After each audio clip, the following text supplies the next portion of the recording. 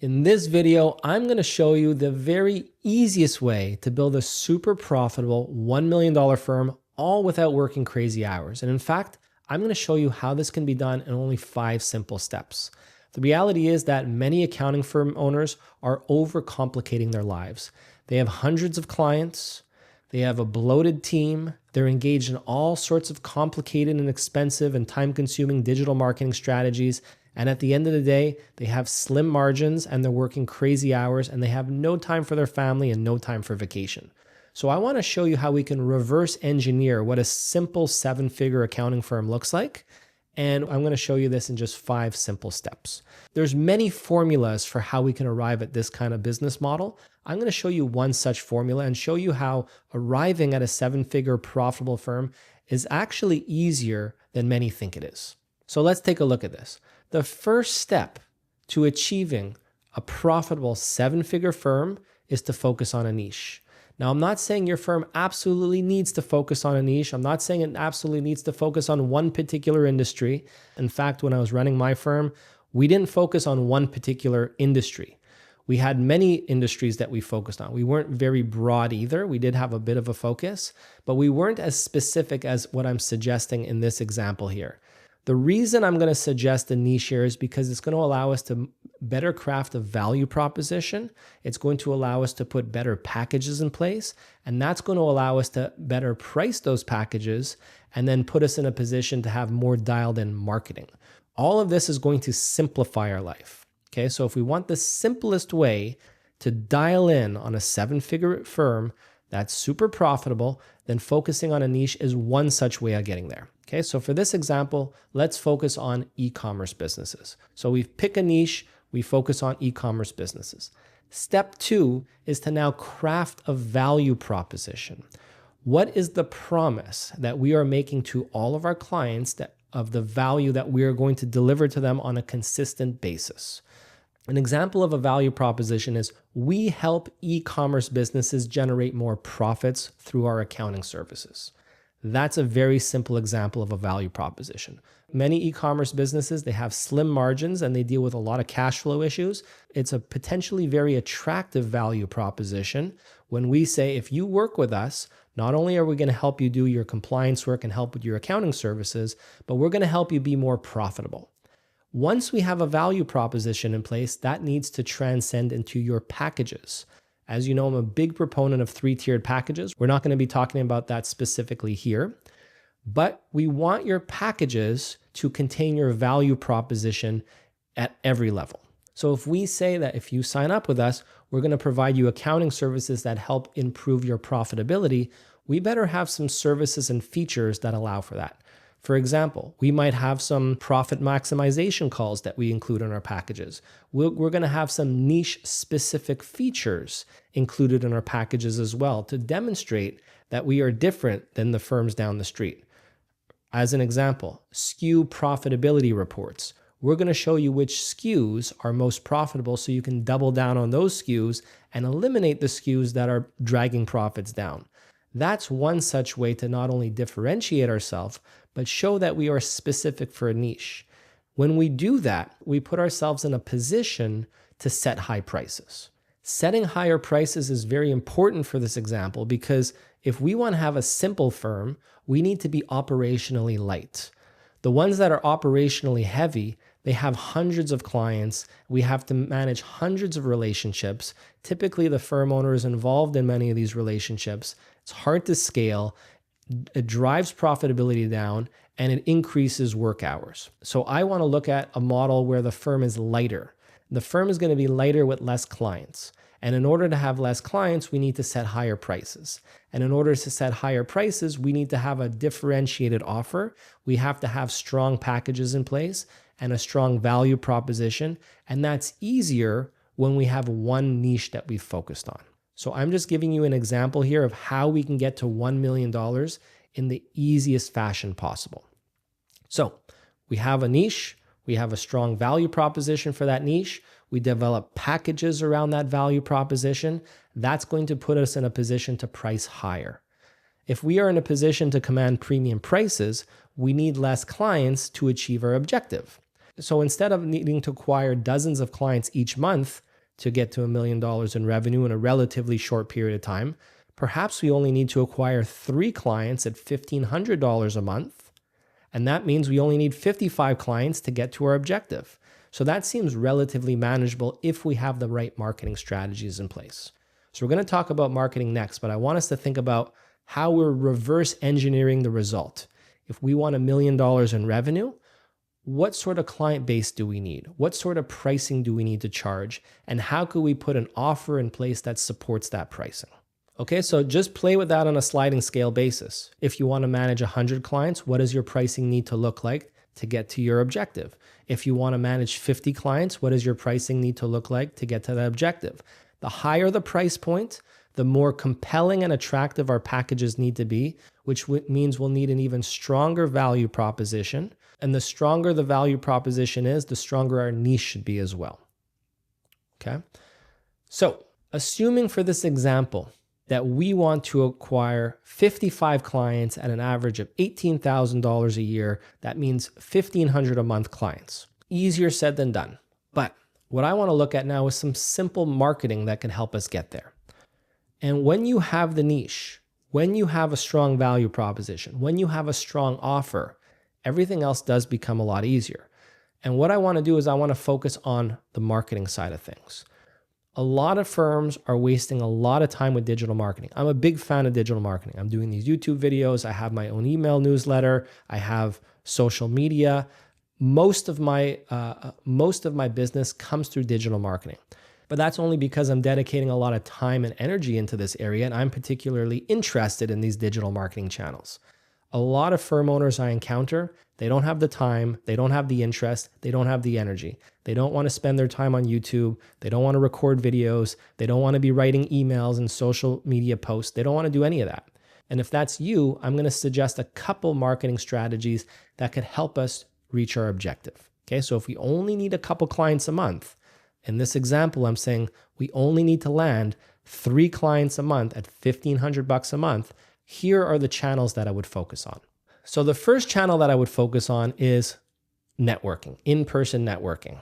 In-person networking is never going to go away. People always want to deal with people. It might not be your preferable form of marketing, but it's still a very effective form of marketing.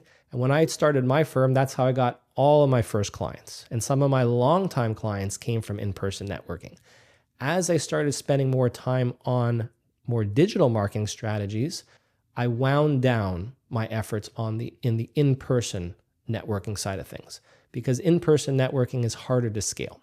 But again, we don't really need to scale it that much because we only need a couple clients a month using the example I'm providing. So if you attend 1 networking meeting per week, that is going to be very effective. So instead of recording YouTube videos and instead of plunking money into Google Ads and instead of, posting 10 times a week on social media, you can spend less time by going to 1 networking meeting a week and just making connections and following up routinely with all of your contacts so that you're top of mind. You're going to get business out of this. Remember, we only need to get a couple clients a month. The next thing we can do is we could take this form of networking online and we can target online communities. So if we are focused on a niche, this is going to make our efforts far easier. Let's say we're focused on the e-commerce niche. There's plenty of online communities out there for e-commerce entrepreneurs. There's memberships, there's Facebook groups, there's LinkedIn groups. There's all kinds of online communities where these types of entrepreneurs hang out. We just need to find them, and it's not super hard. You can do a Google search. You could ask ChatGPT, where do e-commerce entrepreneurs hang out? You're going to find a whole host of options. And then what we need to do is we need to join these groups and add value to these groups. We are not there to advertise ourselves. We're just there to be top of mind. So in my Future Firm Accelerate coaching program and community, we have hundreds of accounting firms around the world that are all helping each other out. But every now and then, we'll get someone that's not an accountant, that's not running an accounting firm, that's joining the community, that's contributing to the community. It could be someone in marketing that runs a marketing agency. It could be someone that provides AI and automation services to accounting firms. They're joining and they are contributing valuable information and integrating themselves in the community. Where it backfires is when you start to promote yourself. People don't want to engage with that kind of individual, and the owners of those communities will eventually boot you out. But if you can find 2 or 3 online communities like this, and you can be in there once a week answering questions, because these entrepreneurs, they have cash flow problems. They have accounting problems. They have tax problems. They're asking questions about this kind of stuff. You can be the expert in those communities. And as you become more and more known, you will naturally get referrals. Okay? So we have in-person networking. That's 1 meeting a week. And then we have online communities. That's posting in there a couple times a week. That's not much time.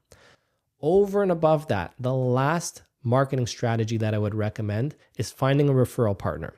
That could be a banker. That could be a law firm. That could be a software vendor. It could be anyone who has the type of clients that you want more of. So we've done a lot of this with Future Firm, and we have a lot of different partners. A lot of them are software vendors that provide, they're vendors in the accounting space, and we do webinars with them. They feature us in blogs. They feature us in emails. In my previous accounting firm, I'd have referral relationships with law firms, and we'd swap business back and forth. Again, the name of the game here is we only need a couple clients a month. If we do 1 networking meeting a week, if we're posting in online communities a couple times a week, and if we have 1 referral partner, getting 3, 4, 5, 6 leads a month is not significant. So I want to find the simplest way to get you to a profitable $1 million firm that gives you a good lifestyle. And what I've just outlined is a very simple marketing plan that doesn't require lots of money, lots of time, or lots of complication. This is going to bring me to my next point, step 4. Before we get to step 4, let's just recap what we've done. We've targeted a niche. We've created a promise of value for any client that joins our firm. That's our value proposition. We've made sure that our value proposition is compelling and it's transcended in all of our packages. So when someone signs up with a package with us, they're getting that promise of value within that package. The various services and features within that package is going to deliver that value consistently to every single client. In this example, we said, if you sign up with us and if you're an e-commerce business, we're going to help you increase your profitability. So the services and features inside of that package should help them increase their profitability. Because we're focused on a niche, because we can differentiate, and because our package is going to bring our value proposition to the forefront, we are in a position to command higher prices. When we command higher prices, we need less clients coming through the door, which means we can remain operationally light. In order to bring some clients through the door, I've proposed a couple simple marketing strategies. And then based on that, we're ready to move to step 4. And step 4 is where we're going to convert these leads. Because it's no good, again, we don't need 50 leads a month. We need just a handful of leads a month, but we need to convert these leads. And that's going to happen through your sales process. Your sales process is where you're going to take your prospective clients, we're going to take your leads step by step through the process to understand their needs, their situation, their pain points, to propose a solution, and to close the deal. So we need to have a good sales process in place. I have a previous YouTube video on this, specifically on the topic of don't do any more marketing until you do this. And that thing is improving your sales process, because we don't want to be burning through leads. And the most important part of your sales process is the discovery call. In the discovery call, we're not just learning about scope. That's the mistake that many firm owners make, is they're learning about scope of work. How long is this going to take me to complete? What services do I need to provide? Here's the proposal. Here's the price. Usually we're attracting price-sensitive clients that way. In this system that I'm proposing, in order to get us to $1 million in the easiest fashion possible, we need to be commanding higher prices. And we're only going to be able to command a higher price if we can demonstrate the value, if we can demonstrate the return on investment that a client will have from signing up with our firm. Higher pricing is a function of two things, really. Having a good offer, having a good package in place, and making sure we can close clients on that offer through a good sales process. And a good sales process is about understanding the client, understanding their needs, understanding their pain points, understanding where we can drive value, and then pricing accordingly. A good discovery call is going to extract value drivers, not just scope of work. Okay, so we need to educate ourselves on how to close high value deals. And if you need help with your sales process, in the description of this video, I'll link to my previous video where I talked about how to improve your sales process. All right, let's move to the fifth and final step to get you to a $1 million profitable firm that doesn't require you to work nights and weekends. And in order for that to happen, we need team. We need people. You're not going to be able to do this on your own.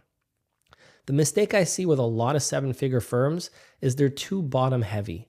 They have a lot of juniors on the team, and you're certainly going to need some juniors. You're probably going to need a team of around 5, 6, 7, 8 people on the team, depending on the composition of the team and depending on your price points. But assuming a team of 7, you're going to have several juniors on the team, but what you're going to need is at least one very strong senior. And that's going to be necessary to buffer you from the most complicated situations at your firm so that you're not constantly dragged in.